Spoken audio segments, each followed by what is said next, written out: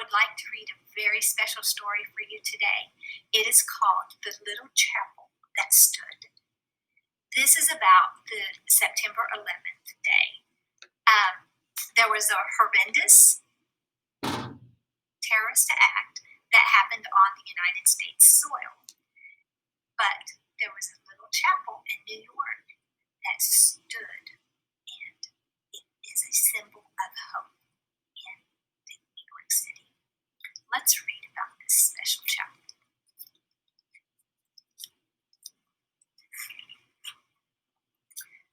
Around the chapel of Old St. Paul blow the dancing leaves of the coming fall. In the morning breeze they leap and fly beneath the tower that scraped the sky.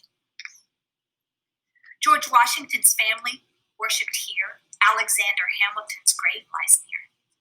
Since 1766 has stood this house of garden bricks, solid and steadfast of time whirled around it, unchanged since horse and carriage found it. A solace to presidents, help to the poor. No one was ever turned from its door. An immigrant's refuge, a sojourner's peace, where hope is born and sorrow cease. As the centuries passed and the city grew dense, its buildings grew higher and wider immense.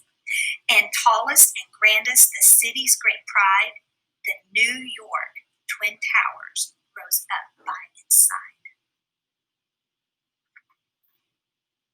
The stress of power, the rush of people, found comfort and rest beneath its steeple. But doom was coming all the time. Doom to a city fair and fine. Doom was in the plains that climbed. Doom, and then the sirens whined. Two planes hijacked by the terrorist crew struck the Twin Towers, no warning, no clue. Who thought it could happen or knew what to do? Firemen came and New York's men in blue. Through the flying glass and smoke and din, thousands rushed out as these men, brave men, rushed in. On the stairwell to safety there was no stranger. Each helped the other flee from the danger. And some who climbed down remember clear-cut the faces of firemen climbing up. And then, unthinkable thought. They fell, one tower, the other. They fell. They fell with a rush and they fell with a roar. The sky was blank where they had been before. And more was lost than who could say.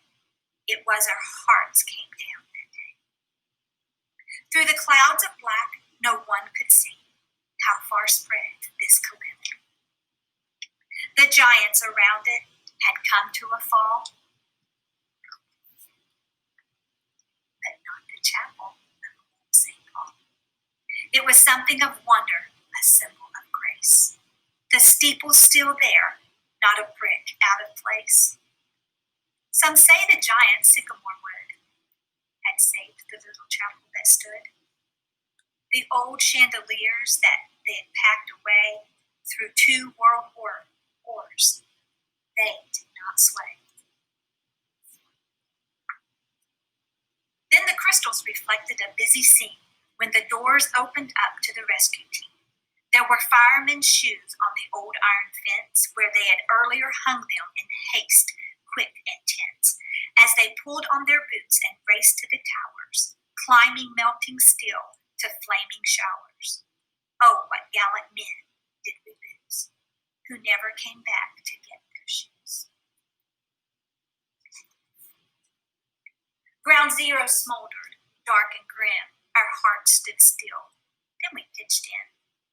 Helpers brought shovels and pails and pans. If they had nothing else, they dug with their hands to clear the mountain of crumbled steel from a nightmare that was all too real. New York is the greatest city in the world, said the mayor. It has the greatest people, and we will never let a bunch of terrorists make us fearful. Rescuers worked through the night and day. In the chapel, they'd pause, then go on their way. A hot cup of coffee, something to eat. Here the firemen, welders, policemen would meet. All would come to rest from their labor, volunteer, doctor, brother, and neighbor. Policemen and firemen led the way, but other heroes braved that day. Passengers flying on Flight 93 said goodbye, I love you, to their family, and fought the terrorists right to the ground. Was the White House where that plane was bound. We raised up the flag from the dust and the pain. Freedom that's lost must be won again. Each one of us is a link in that chain. Do something grand or to do something plain. First we take heart, then we take aim. Our littlest good deed is never in vain. Working together is how we got through it. Little by little, we learned how to do it. It's nice to be big and it's nice to be tall, but sometimes being little doesn't mean being small.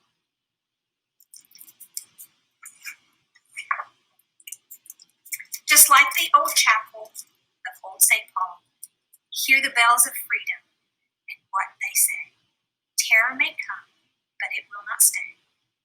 It will shake our world, but we will not sway. It will block the path, but we'll find our way, free beneath the stars that shine both night and day. I hope you enjoyed this story and take heart that no matter your size, no matter your height, no matter your how big, how tall, how small you are, we can all do something to make everyone's day brighter.